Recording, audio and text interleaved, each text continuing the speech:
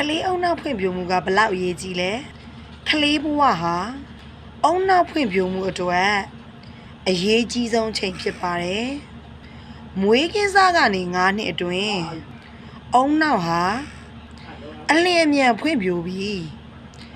အာယုံကြောဆက်သွယ်မှုများ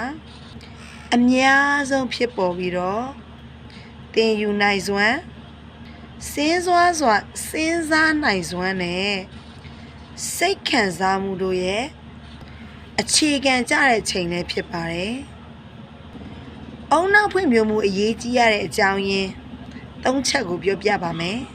။နံပါတ်1ဘဝတသက်တာတင်ယူမှုအပေါ်တက်ရောက်မှုငယ်စဉ်အရွယ်မှာအုံနောက်က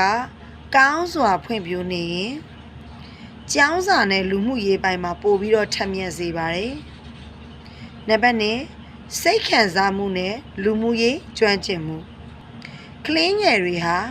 မိဘဆရာတွေရဲ့ပြုစုပြောထောင်မှုကနေပြီးတော့ယုံကြည်မှုစီကံနဲ့စိတ်ခံစားမှုထိန်းချုပ်နိုင်စွမ်းတို့ကိုတည်ဆောက်ပါတယ်။နံပါတ်3ရုပ်ပိုင်းဆိုင်ရာနဲ့ကျန်းမာရေးအာဟာရပြည့်ဝမှုအိပ်စက်မှုနဲ့လှုပ်ရှားမှုတို့ကနေပြီးတော့အုံနောက်ဆဲတွေကိုအားကောင်းစေပြီးနာတာရှည်ယောဂဖြစ်နိုင်ခြေကိုလည်းလျှော့ချပေးပါတယ်ဘယ်လိုပံ့ပိုးပေးမလဲစကားပြောဆိုခြင်းစာဖတ်ခြင်းကဘာသာစကားဖွင့်ပြမှုကိုအထောက်အကူပြုပါတယ်ကစားခြင်းကနေစဉ်းစားတွေးခေါ်မှုနဲ့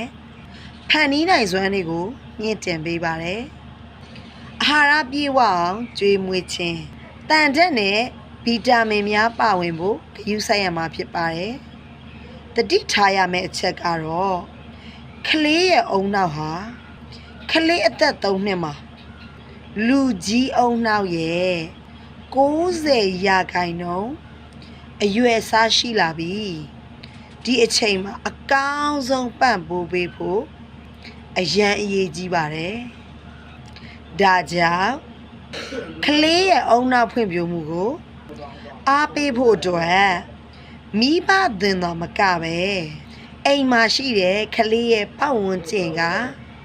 မိသားစုကပါပူးပေါင်းပါဝင်ပေးဖို့လိုအပ်ပါတယ်ကျမတို့ဒီချက်ချက်ဝင်ပါကလေးစိတ်ပညာကို